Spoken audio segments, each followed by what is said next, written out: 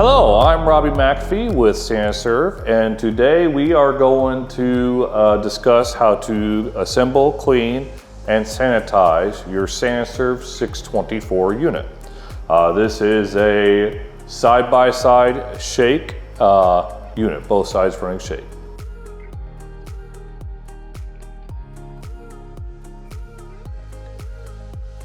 As a customer, SaniServ machines are the easiest units in the industry to clean, assemble, and sanitize.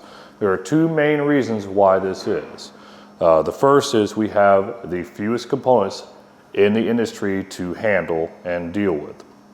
The second reason is all of our components are designed in a way that they cannot be assembled incorrectly. You cannot put this together backwards. Now I'm going to take some time here and show you how easy this is to put together. So, beginning with, I'm going to take my rear seal here, and I'm just going to place it around this groove, just like that. At this point, I will take some SaniLube food approved gel, and I will lubricate the back of the seal.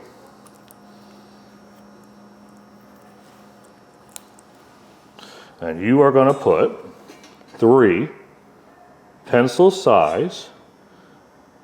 eraser size points on there, just like that. And then we're going to slide our seal with the plastic piece facing the end of the dasher. At that point, we will attach our scraper blades, and they will go facing up just like this. You're going to grab the blade here and press until it clicks into place just like that.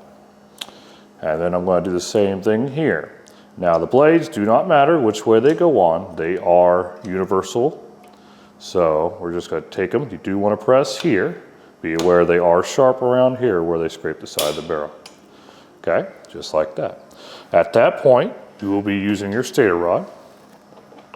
You would do another pencil size eraser at the back, behind the head, and then one here at the end where it comes in contact with the dasher while it operates. At that point, we will just slide the stator rod back in here.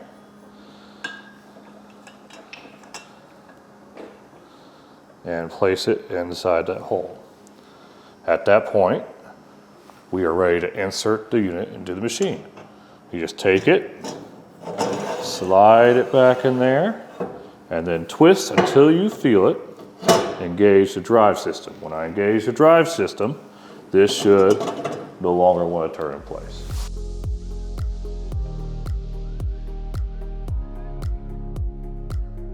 Okay, now that we have both dashers in, it's time to assemble our face plates.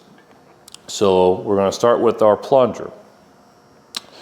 And we are going to take the O-ring and just kind of wrap it around this first groove so that's inside like that. And then we're going to take our second one. They are the same size O-rings, there's no difference. The groove in the front is just slightly deeper, so you can take it and slide it over that first O-ring and then slide it back into that second groove, just like that. Okay, you do want to lubricate these. So again, just a pencil eraser size gel there and there.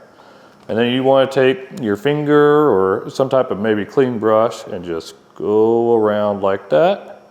And we're going to go around like that. And any excess you may have, you just kind of want to push in the center there so that you have a good lubrication on your plunger, allowed to move up and down. At that point, we will take this and you're just going to insert and twist and just slide it all down until you line up with your access hole there. At that point, I will take my handle with the flat sides and the hole and line up with the holes on the side of my faceplate and take a fastener pin and just insert like that, and then that was what holds it into place. Then I will take the rear O-ring and slide it into this groove behind the faceplate, just like that. We do not lubricate this rear O-ring. If you lubricate it, it can allow your mix to leak out the back behind this faceplate. At that point, we will grab 2 knobs, and we will place the faceplate inside the barrel chamber there. Once you get it into place, you're just going to start one knob on one side, and you kind of want to tighten these simultaneously. You do not want to do one side all the way down and then do the other side. So just kind of get them both started and just twist simultaneously until you get a good tight seal, just like that.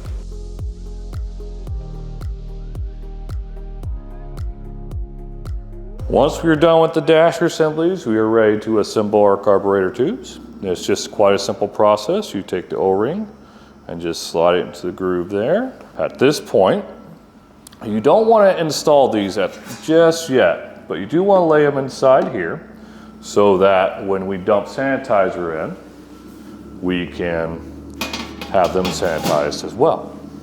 One of the new features in SaniServ is we no longer have a mix pan agitator. We have designed the unit in a way where that piece is no longer necessary. One less part to clean, one less part to maintain, and one less part to wear out. So that is no longer needed inside your top.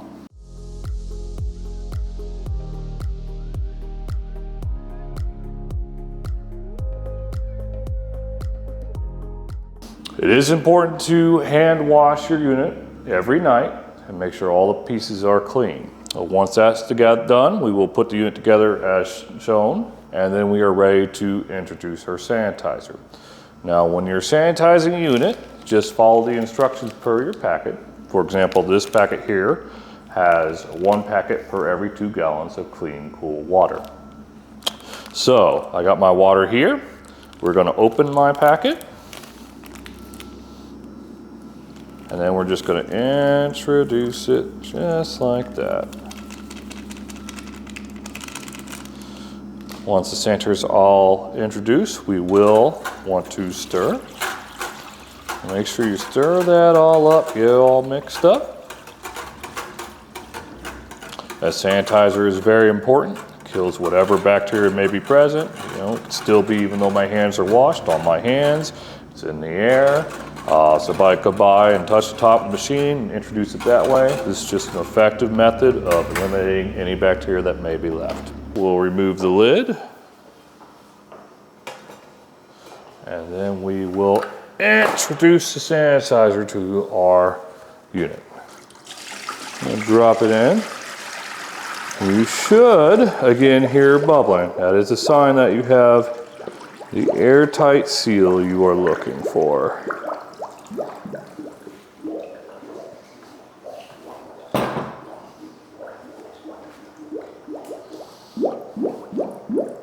You will wait for it to stop bubbling, and then at that point, we will scrub the inlet. Okay. We will come inside, just scrub in and out, just all the way into, we are actually getting into the barrel. So again, at this stage, it is critical that the unit is completely off. You should also do this when you go and clean out the unit at the end of your shift too as well. At that point, we will take the sanitizer and we'll just kind of rub along the side of our pan. And then we are ready to introduce our lid. And again, we will get the bottom. Just kind of get a little bit all on it. Don't need to gush it or soak it or anything of that nature. Just scrub around the edges. And then at that point, we can place our lid on the unit.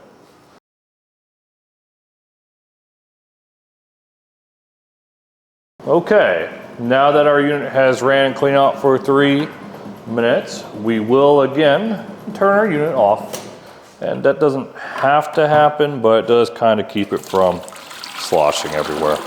And we will drain all of our sanitizer into the bucket. Of course, after this, we will dump our sanitizer, and we will show you the next step, which would be prepping your mix and introducing the mix to the machine.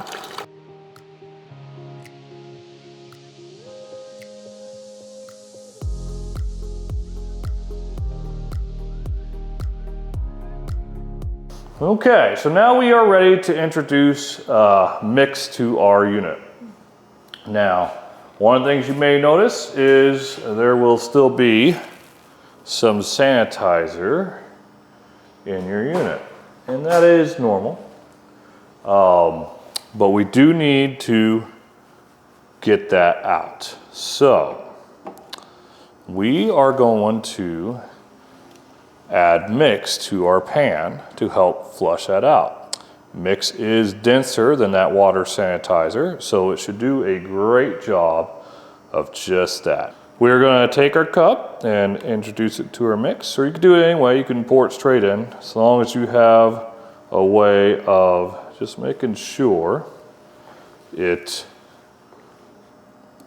won't. Then you're just going to pour it in, and you can actually watch that mix flush that sanitizer.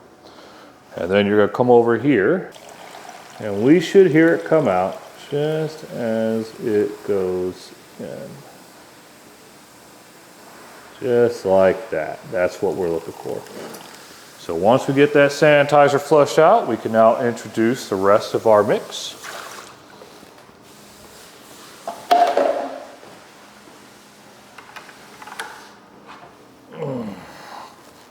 And we will just pour that in there. Again, we should hear it bubble.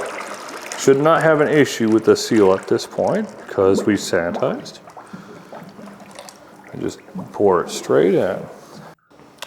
Once you're done with the mix and it's in there, you're ready to install your carb tube. And you do want to just do a pencil eraser size, just like a small one around there. We'll just make sure we lube around that O-ring. And the idea is, again, make your O-ring last longer. Kind of when it goes in there, it can get some friction. And we just want to make sure to have a little bit of lube on it to help. And you introduce it just like that. And now we are ready to run our machine.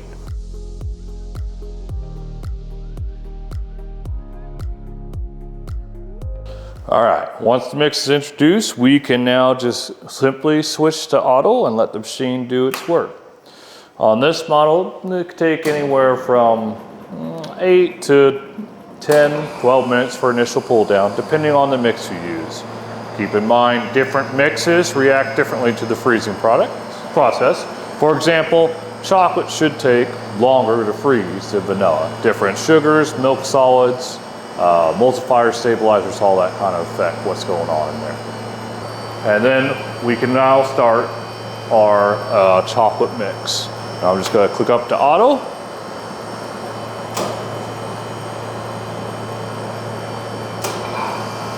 And it should begin to freeze. It takes it about anywhere from 8 to maybe 12 minutes, depending on your product, to freeze down on initial pull. Once our machine powers off, we are at consistency, so we can draw the shapes as we desire.